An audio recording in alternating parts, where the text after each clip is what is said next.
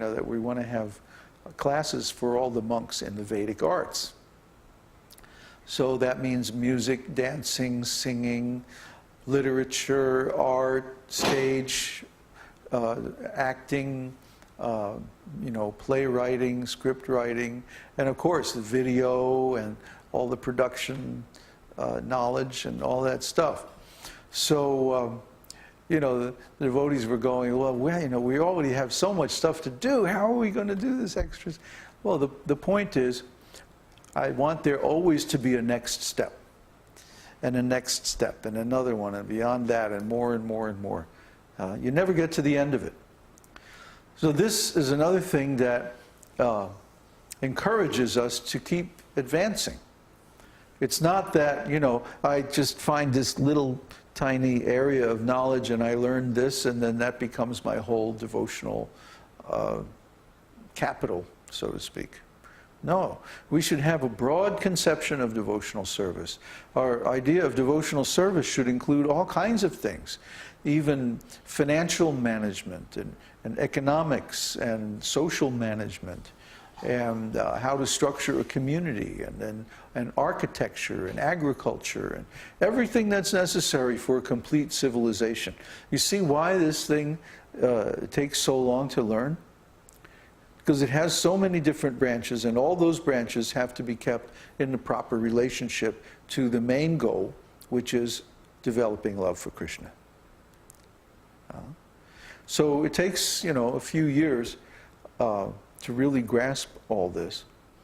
And in the meantime, in the beginning, maybe we think, oh, I'm here to solve my problem. And I have this problem. It's called material existence. So I want to solve my problem. I want to get out of this material existence. But you can't really solve that problem without solving the whole ball of wax. How are you going to get out of this material existence unless you're living in a transcendental community with spiritual values and spiritual activities? How are you going to find the time to become self-realized if you're living in a community that has an economy based on exploitation, like we have in today's corporate society? See? How are you going to find the freedom? How are you going to find the facility? If the standard of life is so high that you have to work like a dog your whole life just to maintain house and family situation and all that. See? It's better to have a simpler standard of life, not a lower standard of life, but a simpler level of material opulence, and then you have energy for all these devotional arts, which are so wonderful. See, people are seeking pleasure in material things, thinking that money and opulence are going to make them happy. But all they do is bring more worries. I'll never forget the first time in my life that I had money. I had like real money. Somehow or other, Krishna had arranged that I was placed in an influential position in the computer business. And this was like in 1994, 1995. No, even earlier. No, wait a minute. When was that exactly? It was like 1980, actually.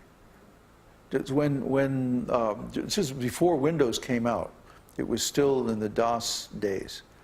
And I happened just by some friends of friends to get a job with a certain company who was doing like the cutting edge software development in operating systems.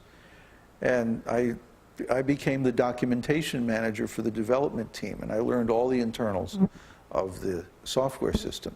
So I suddenly found myself in so much demand. I had more work than I could handle, and I was going around to all these companies and being content provider for all their user documentation, and I made a whole bunch of money very quickly. It was the first time this ever happened in my life. And all of a sudden I found myself with, the house in Carmel and the Mercedes in the driveway, and my private music studio in the spare bedroom, and office full of computers, and all this stuff. And I remember it hit me. I was thinking this was pretty cool, you know. And I remember one day it hit me, because I came home, I had a Saturday off, you know, which was actually kind of a rare thing, because I was working so hard. I had a Saturday off, and I got to the end of the day, and I realized I just spent the whole day taking care of my stuff. You know, it seemed like there was infinite amount of little chores to do around the house. You know how you can spend a whole weekend just puttering around and doing little stuff around the house, and it seems to like eat up the whole weekend, and before you know it, it's like time to go back to work, and you say, what did I do? You know?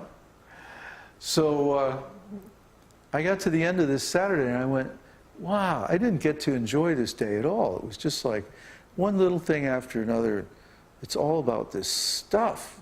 And then I realized, because I had never had that much stuff before in my life, I suddenly realized that stuff eats up your soul. It eats up your time. It takes up all the spare time that you could use for improving your life and actually enjoying spiritual life, which is the only thing that's actually enjoyable in life. And instead, you wind up just all engaged in this little trivial material stuff, you know? And about the only advantage you can say to it is that it gives you kind of a feeling of security that, oh, I don't have to confront the big questions of life or solve the big issues in my life, you know. I can just sort of stick my nose in all this stuff and root around sort of like a pig, you know, in the mud. And then I don't have to really look into these things that are the real cause of my suffering.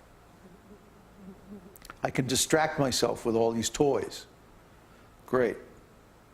So you can do that. You can go on doing that forever and get to the end of your life and you haven't solved the big problems of life: birth, death, old age, disease, suffering, anxiety, ignorance. Then what? See, we live in a culture of denial. We even have so many taboo topics we can't talk about. Death, for example. We don't understand life. So how can we even start to confront death? So we even have a whole cast of people, the undertakers, that take care of all the issues around death, right? And their whole mood is based on not communicating about certain issues. You know, like, you know, they have this whole language that like avoids the D word. You know, oh yes, your loved one has passed on. Great condolences. You know, it's just like all flowery words with no substance. The whole point is to avoid discussing any of the substantive issues about death. See? That's the culture that we live in. So when we live in a culture like that, we can understand that people are going to just distract themselves from the real issues of life, and without the guidance to approach these issues and solve them once and for all, that they're probably never going to do that. And they don't do that. So they just whittle away their years, and then they get to the end of their life, and they start wondering about the big questions, and it's too late to even begin to solve them. Because the real solutions depend on a background philosophy that takes 10, 15, 20 years to learn. You see? It's a big piece of work. And it has to be that way. It can't be cheap. It can't be simple. I mean, it's simple to say, well, just love Krishna. But, you know, first you have to purify your heart of so many anarthas to love Krishna. And a lot of those anarthas have to do with ignorance about the real problems of life and so on like that. These are anarthas. These are undesirable things in the heart because they will distract us from this love of Krishna. If we haven't solved these other problems first, how are we going to be able to think of God at the time of death? We're going to be in fear and panic at the time of death. So this is the science of life. This is how to live. This is how to be successful in actually overcoming the main problems of existence in this material world. This is a big deal.